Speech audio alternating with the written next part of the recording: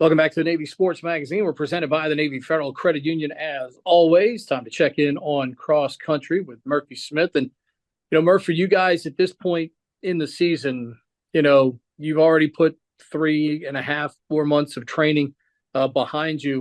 What's the key to continuing to find the success in training each and every week? And obviously, what you guys, hope will eventually result in the Patriot League Championship coming up here.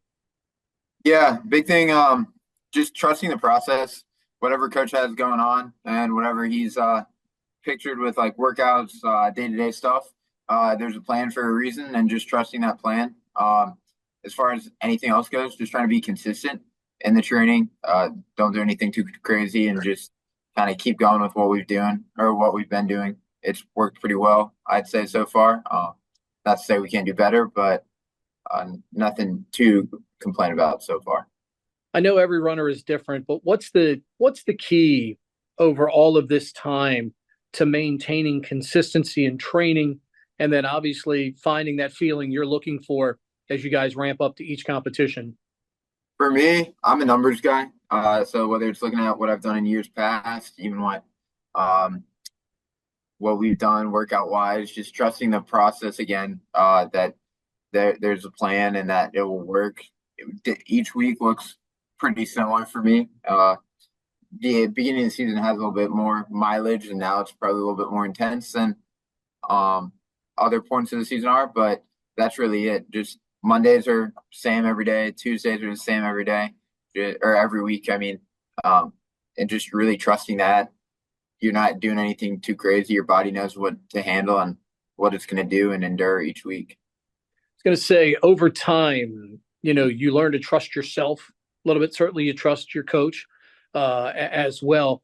But over that time, as you build that trust, not only with him, but certainly your body, speaks to you at times as well. How important is it to listen to that body from time to time when it starts to talk to you?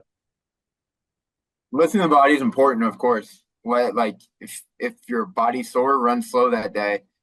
Fortunately for me, I've been lucky to not really get too banged up injury wise. And so I've never had to deal with like a stress fracture, but definitely listen to the body. It's always better to overeat than undereat is something I like to say, just to make sure you're giving your body that fuel that it needs. We burn a lot of calories every day, and just really trusting that you can rely on it day in, day out, week in, week out, season in, season out, that sort of thing. Does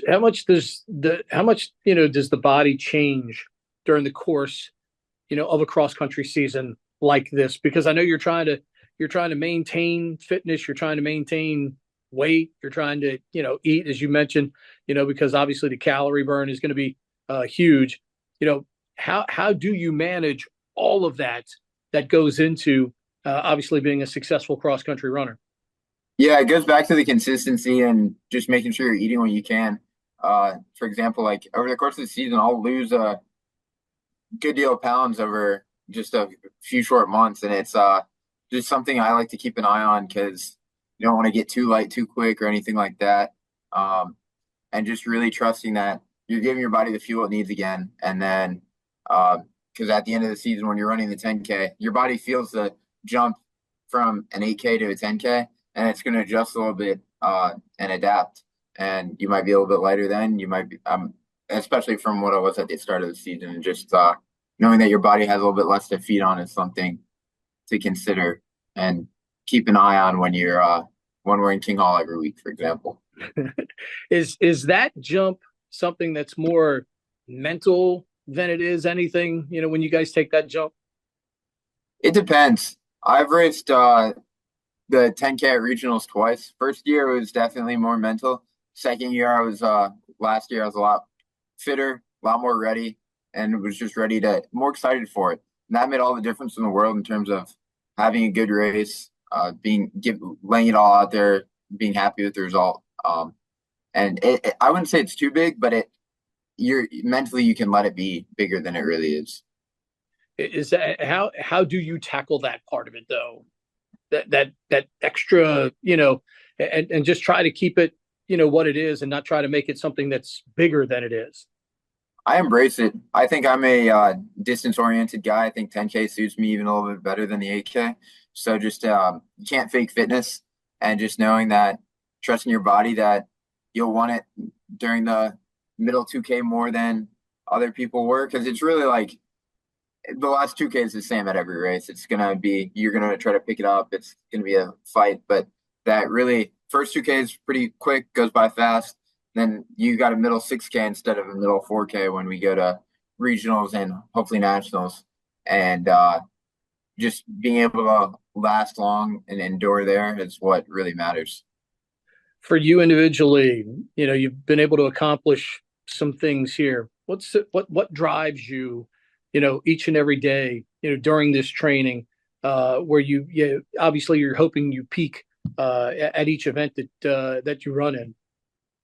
Yeah, just trying to leave it all out there. It may sound a little selfish and not humble, but like leave my own legacy to a degree. We've Sure. seen the in our locker room, there's guys that all the guys who have been All American, like on some of the lockers, and that's a reminder every day you walk in there, just that like the guys who come before you. And I personally, I would hope everybody on our team wants to leave a legacy like that and be remembered.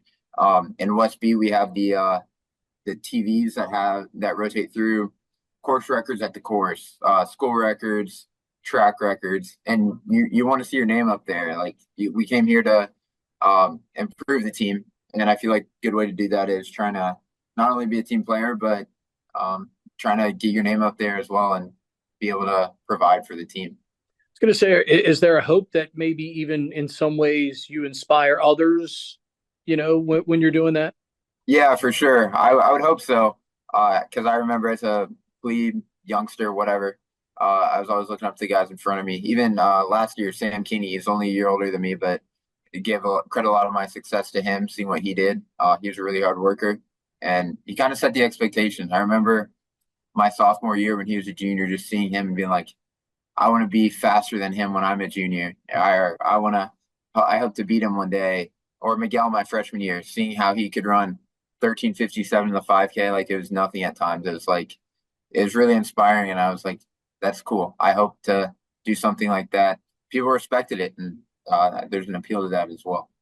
No doubt. Murph, appreciate you taking the time for us as always.